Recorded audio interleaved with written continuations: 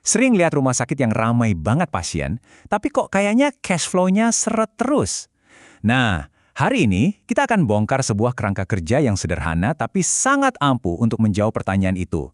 Sekaligus memastikan rumah sakit Anda benar-benar sehat secara finansial. Yuk, kita langsung bahas paradoks yang umum banget ini. Jadi, volume pasien yang tinggi itu ternyata nggak selalu sama dengan arus kas yang kuat. Seringnya, masalah yang sebenarnya itu tersembunyi jauh di balik angka pendapatan yang kelihatannya besar. Kuncinya adalah berhenti cuma fokus pada satu angka besar itu. Solusinya, kita perlu memantau sebuah dashboard keuangan yang bisa menunjukkan gambaran kesehatan organisasi Anda yang sesungguhnya. Baik, mari kita mulai bangun dashboard ini bareng-bareng.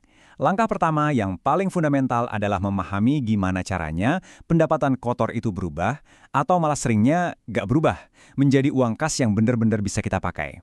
Perjalanan dari pendapatan kotor menuju kas itu dimulai dari sini. Dari total yang ditagihkan, hal pertama yang mutlak wajib dilakukan adalah menyisihkan 11 hingga 13% untuk provisi pajak.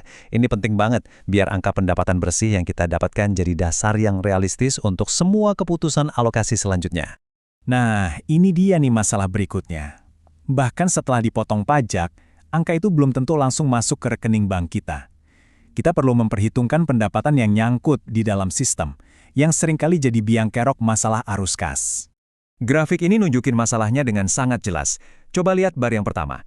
Itu kan 100% pendapatan berfi Anda. Tapi kemudian, perhatikan gimana jumlah itu menyusut drastis di bar ketiga setelah kita perhitungkan klaim yang tertunda atau disengketakan di bar kedua. Inilah yang namanya kebocoran yang mengurangi kas efektif Anda untuk operasional. Oke, sekarang kita sudah tahu berapa kas efektif yang kita punya. Mari kita beralih ke tampilan utama di dashboard kita, aturan 3 kantong. Ini adalah cara mengalokasikan dana secara proporsional untuk memastikan stabilitas dan juga pertumbuhan jangka panjang. Diagram ini nunjukin pembagian idealnya. Lihat irisan yang paling besar, 65-75% itu untuk biaya operasional. Lalu ada porsi yang lebih kecil untuk kewajiban rumah sakit. Dan yang tak kalah penting, ada satu bagian krusial yang kita sebut dana mitigasi risiko. Yuk kita bedah satu persatu. Kantong pertama dan yang terbesar, antara 65 hingga 75%, ini adalah mesin penggerak rumah sakit. Dana inilah yang memastikan operasional harian, mulai dari gaji staf sampai pembelian obat, semuanya bisa berjalan dengan lancar. Lanjut kantong kedua, sekitar 15-20%. Ini dialokasikan untuk memenuhi komitmen keuangan utama, misalnya cicilan bank dan sewa.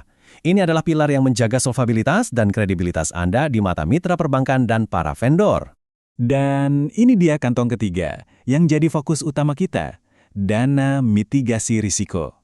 Anggap saja ini sebagai shock absorber keuangan, bagian yang paling penting untuk menjaga likuiditas di tengah ketidakpastian. Mari kita perdalam lagi. Kenapa sih dana ini begitu krusial? Karena dalam prakteknya, cara kita mengelola kantong ketiga ini seringkali jadi pembeda antara rumah sakit yang stabil dan yang terus-menerus berjuang dengan cash flow.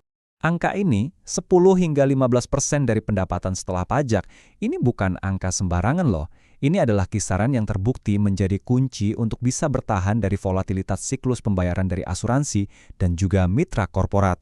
Jadi poin krusialnya adalah, ini bukan sekedar rekening tabungan yang pasif, ini adalah penyangga aktif yang memang dirancang untuk menalangi semua jenis gangguan arus kas yang sangat umum terjadi, seperti yang bisa Anda lihat di daftar ini. Sederhananya begini, dana ini memastikan bahwa ketika pembayaran dari pihak ketiga terlambat, Anda tetap punya kemampuan untuk membayar gaji staf, membeli obat-obatan, dan semua perlengkapan penting lainnya. Operasional itu tidak boleh berhenti. Oke, kita sudah punya indikatornya. Sekarang pertanyaannya adalah, bagaimana kita bisa memastikan angka-angka di dashboard ini akurat?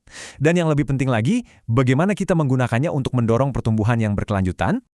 Nah, disinilah proses studi kelayakan itu berperan sangat penting. Ini adalah cara kita beralih dari yang tadinya membuat keputusan berdasarkan asumsi, seperti layanan ini rame, pasti untung, menjadi keputusan berbasis data yang memvalidasi margin keuntungan dan dampak arus kas yang sebenarnya. Jadi, pada akhirnya yang Anda miliki adalah sebuah alat yang sederhana tapi sangat kuat. Setiap indikator di dashboard ini terhubung langsung ke hasil bisnis yang spesifik dan memunculkan pertanyaan strategis yang sangat jelas untuk para pemimpin. Pesan utamanya adalah, Anda tidak perlu menjadi seorang ahli keuangan untuk memahami kesehatan fundamental rumah sakit Anda. Anda hanya perlu secara disiplin memantau 3 indikator ini di dashboard Anda. Dengan berfokus pada kerangka kerja proporsional ini, Anda bisa mengubah kesibukan menjadi kesehatan finansial yang sesungguhnya. Jadi pertanyaannya sekarang adalah, apakah dashboard yang Anda gunakan saat ini sudah menunjukkan gambaran yang sebenarnya?